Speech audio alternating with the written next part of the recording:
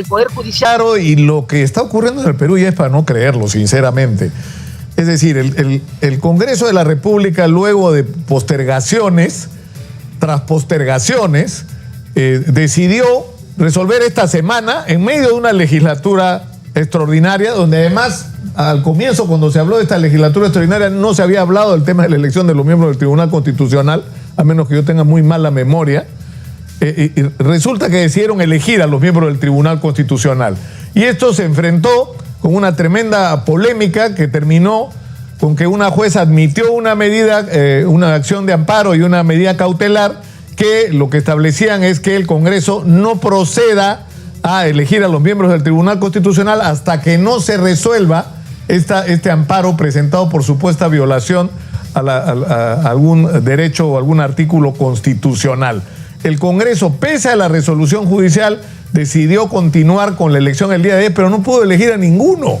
Entonces uno legítimamente se pregunta, es decir, ¿cuáles son las motivaciones para haber empujado esta votación con esta desesperación? Cuando ni siquiera tenían acuerdos tomados, porque hay que decirlo, los miembros del Tribunal Constitucional en el Perú se eligen por acuerdos entre los partidos que participan ellos. Tú votas por mi candidato, hermanito, y voto por el tuyo. Pero bueno, no funcionó el día de ayer. Ni eso. Estamos en la línea con el congresista Lenin Bazán, congresista del Frente Amplio, para hablar sobre este tema. Lenin, muy buenos días. Muy buenos días, Nicolás. Un gusto conversar después de muchos tiempos. Nuevamente por algunos... Así es, después de tiempo nos reencontramos, Lenin. La pregunta que yo le he formulado a todos los congresistas con los que he podido hablar en los últimos días, y te soy sincero, no he recibido una respuesta satisfactoria. Y yo creo que esa es la percepción de la mayoría de la gente, ¿no? ¿Por qué la urgencia de elegir ayer a los miembros del Tribunal Constitucional? ¿Cuál es la razón por la que esto es tan urgente hacerlo después de que han tenido tantas postergaciones? Y es un tema tan conflictivo. ¿Por qué, Lenin? Yo creo porque los que han estado promoviendo este proceso de elección han querido tener un tribunal a su medida o un tribunal que piensen como ellos, después de todas las coyunturas políticas que hemos vivido, no solamente en este Congreso, sino en los congresos anteriores. Por ejemplo, poner a candidatos que en la entrevista personal le han dicho, oiga, ¿qué opina usted sobre la disolución del Congreso en el año 2019? Con lo que hizo Vizcarra. O sea, mejor dicho, ¿está de acuerdo o está en contra? Y los que han dicho, estamos en contra, por ejemplo, estamos en contra de que se vayan los fujimoristas, la mayoría fujimorista, o alguno de mis colegas y hermanos políticos de Alianza para el Progreso. Entonces, a los que están en contra de esa disolución, bienvenido sea, para ver que ellos piensen como yo. ¿O qué es lo que estaría pasando ante un próximo referéndum consultivo para una asamblea constituyente y una nueva constitución? Muy bien, piensas lo contrario, vente para acá.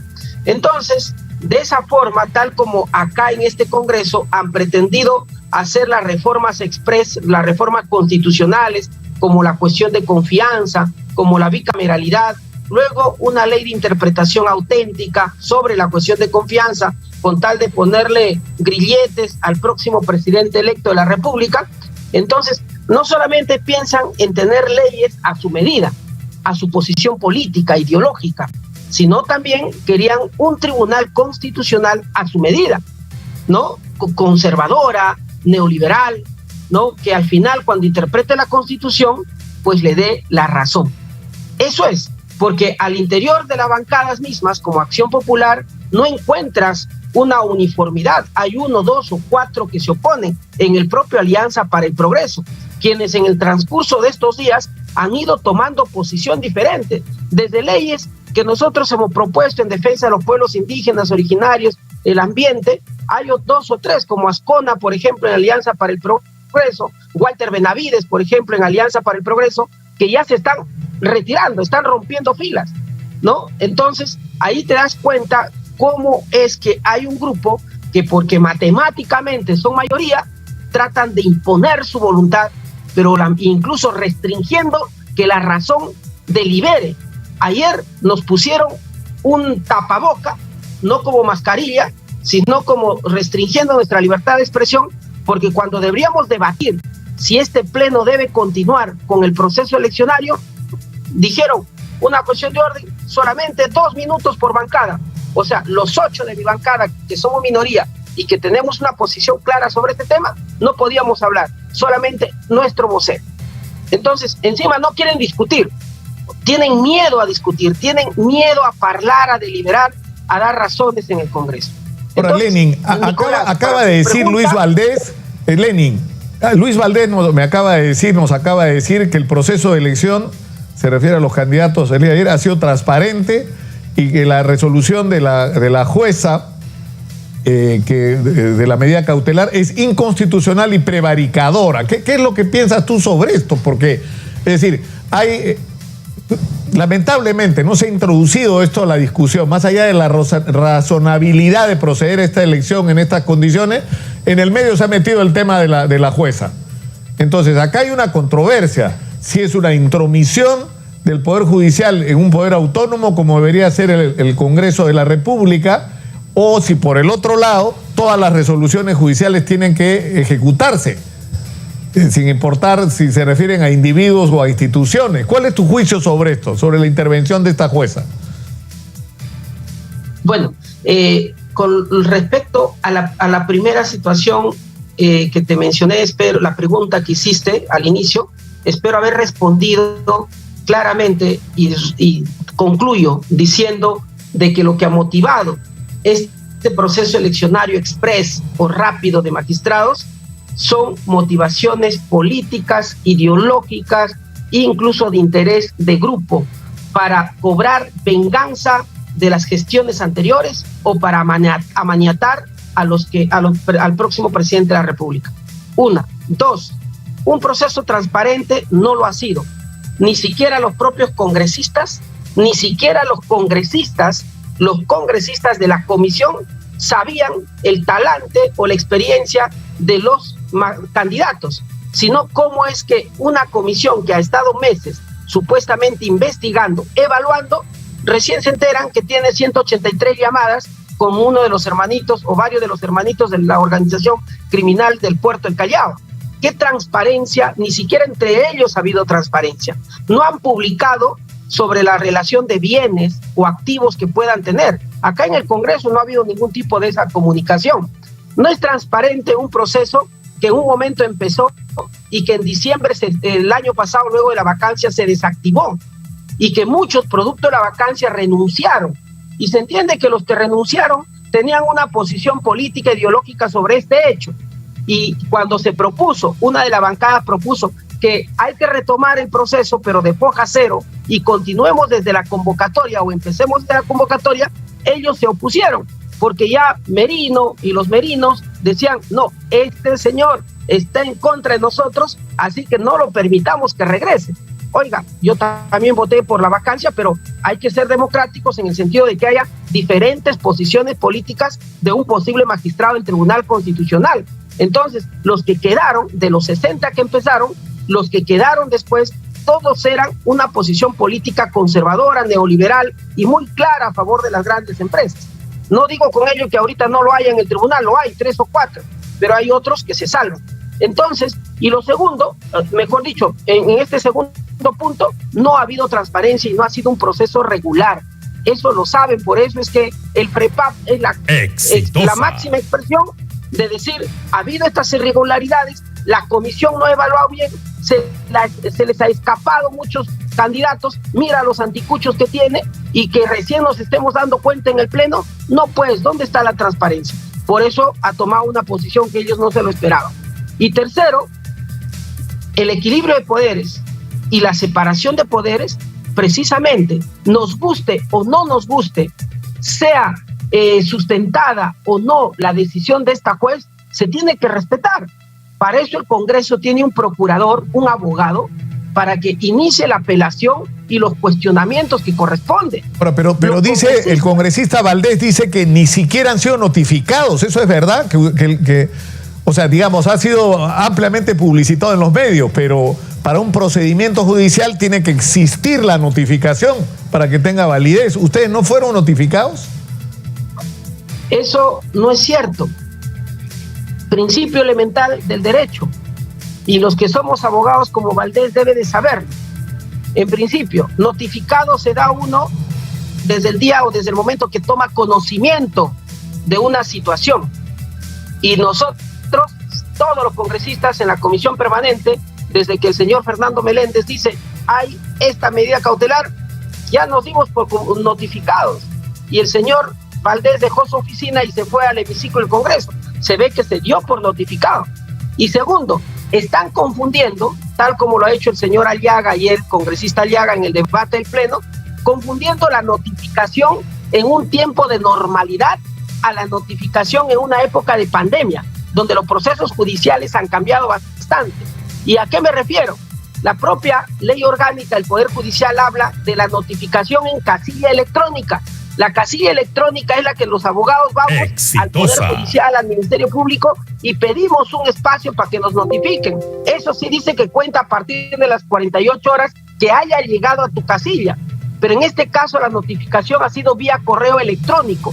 Por lo tanto, no tiene que pasar 48 horas. Y el Congreso de la República, la presidenta del Congreso, que no representa a todos, ha sido notificada vía correo electrónico de manera inmediata. Por lo tanto, el cumplimiento de esta orden es de manera inmediata, no 48 horas después. Eso tiene que quedar claro. Y la verdad, con congresistas en nuestro Parlamento que confunden la condición de no estar sujetos a mandato imperativo, que está en el artículo 93. No estamos sujetos a mandato imperativo por nuestro voto, pero carambas, a confundir con la decisión de desacatar una orden judicial es otra cosa. Nosotros no tenemos coronas de rey. Nosotros somos cualquier persona, tal como lo establece el artículo 4 de la Ley Orgánica del Poder Judicial. Persona o autoridad tienen que cumplir las órdenes judiciales bajo responsabilidad penal, administrativa o civil. Eso se le ha dicho. Y tenemos el artículo, el Código Procesal Constitucional también que nos ordena hacer eso. Ahora, Lenny, pero eso, imagínate, no lo entienden. Lenny, lo que resulta sorprendente, sinceramente, es que, por ejemplo, tú has hecho referencia al caso de Fernando Calle. Fernando Calle, según la comisión evaluadora, tenía la más alta puntuación. Es decir, era el más indicado para ocupar un puesto en el Tribunal Constitucional. De repente sale la información sobre las comunicaciones que había tenido con los integrantes de la red criminal de los Cuellos Blancos, lo cual no lo convierte en un criminal, pero en todo caso es una persona que ha tenido vínculos que deberían esclarecerse. Lo sorprendente es que la comisión evaluadora no se había enterado. Entonces, eso ya de por sí debería ser suficiente elemento para decir no podemos seguir con este proceso y mejor que lo haga el próximo Congreso. ¿Qué va a pasar hoy, Lenin? ¿Qué va a pasar el día de hoy?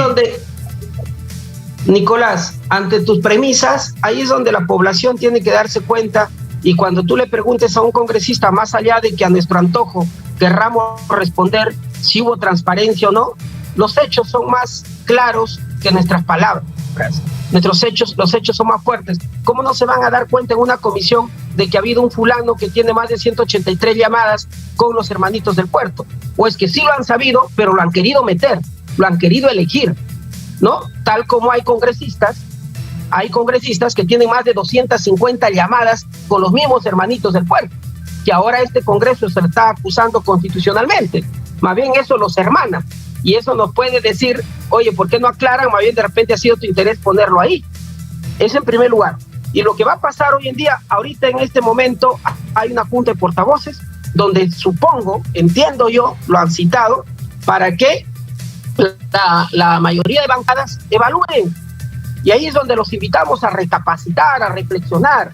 Primero, que se detengan en la comisión del delito que están cometiendo, que es desobediencia y resistencia a la autoridad, que respeten la decisión, les guste o no, del Poder Judicial, que se paralice este proceso desde el punto de vista legal y desde el punto de vista político, porque no tienen los votos, pues.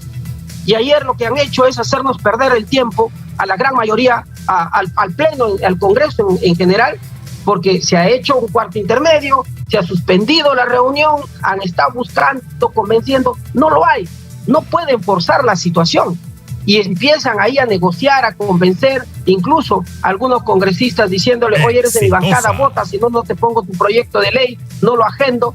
Ya empiezan a condicionar, empiezan a confrontar más. Entonces eso lo que está haciendo es que este Congreso en los últimos días, en lugar de estar aprobando leyes a favor de los pueblos, por ejemplo, nosotros tenemos la ley de la madre naturaleza de los pueblos indígenas y originarios, en lugar de estar debatiendo y aprobando esas normas, estamos confrontándonos y deteniéndonos en nuestro rol legislativo, que es lo más importante que debemos de cumplir en este momento. Lenin, este es un momento de definiciones y ha llamado la atención, por ejemplo, la situación de Alianza para el Progreso. César Acuña hizo pública una opinión en el sentido de que el nombramiento de miembros del Tribunal Constitucional debe ser hecho por el próximo Congreso, lo cual resulta además razonable por el fraccionamiento que tiene el Congreso, lo cual va a obligar a consensos, no en función de pasiones e intereses, sino en consensos en el sentido de elegir a las personas que estén por encima de las pasiones y de los intereses particulares, ¿no? Sino que sean personas que realmente nos garantice la defensa del cumplimiento de la Constitución. Pero bueno, esa es la opinión, resulta, de César Acuña, porque en su bancada hacen lo contrario, no algo diferente. ¿Qué va a pasar, por ejemplo, con Alianza para el Progreso? Que no me lo ha podido contestar el congresista Valdés. Bueno, yo podría dar una opinión de repente ajena, pero no tan equivocada en base a las últimas experiencias que se ha tenido, ¿no? Se entiende que siempre hay una, podría decirse, coincidencia o hay una uniformidad entre lo que decide el presidente vitalicio de APP y su bancada.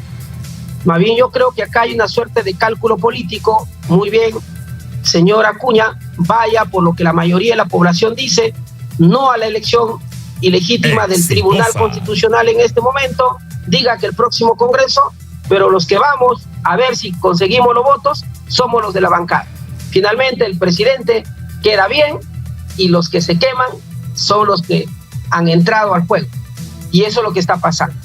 Yo creo claramente en esa situación, si es que le funcionaba, bacán o bien, y si no le funciona, hoy creo que es la oportunidad de, hoy día en el hemiciclo, decir, señor, detenemos este proceso porque no hay las condiciones. Es más, yo haría un llamado a los candidatos, a los 15 candidatos magistrados al Tribunal Constitucional, sobre todo a esos 3 que ya no fueron elegidos, que renuncien a sus candidaturas, que desistan de sus candidaturas, que hagan llegar los documentos pertinentes hacia el Congreso de la República y se desistan, porque la verdad están siendo parte de un juego político que está en vista de todos y que los está haciendo quedar recontra mal, y por ética profesional, incluso por su imagen personal, deben dar un paso al costado, no solamente los congresistas en este momento, sino también los candidatos a magistrados del Tribunal Constitucional. Lenin, te agradezco mucho por esta conexión, ha sido muy gentil. Muy buenos días. Lenin Bazán. Buenos días, Nicolás, hasta una próxima oportunidad. Lenin Bazán, congresista del Frente Amplio, ha estado con nosotros. En realidad, hasta donde entendemos, en Alianza para el Progreso, en Podemos Perú, estaban discutiendo hasta antes del inicio de la Junta de Portavoces que ha sido convocada para hace unos minutos, estaban decidiendo cuál iba a ser su postura en relación a este proceso, porque en realidad no tiene ningún sentido continuar con una votación que al final, como acaba de decir Lenin Bazán, va a ser un maltrato para los propios participantes en el proceso, porque ninguno tiene los 87 votos, ninguno. Entonces mejor dejar el asunto ahí y permitir que el próximo Congreso de la República, insisto, muy fraccionado, pero en este caso es positivo porque va a forzar acuerdos y a consenso, elija a los nuevos miembros del Tribunal Constitucional que cuenten con el respaldo de todos los peruanos y no que este es el mío, este es el tuyo, no, sino que todos sean de todos. Eso es algo que parece imposible, pero que es posible de lograr. Nos vamos con Jessica Lara, que está en la calle frente al Congreso.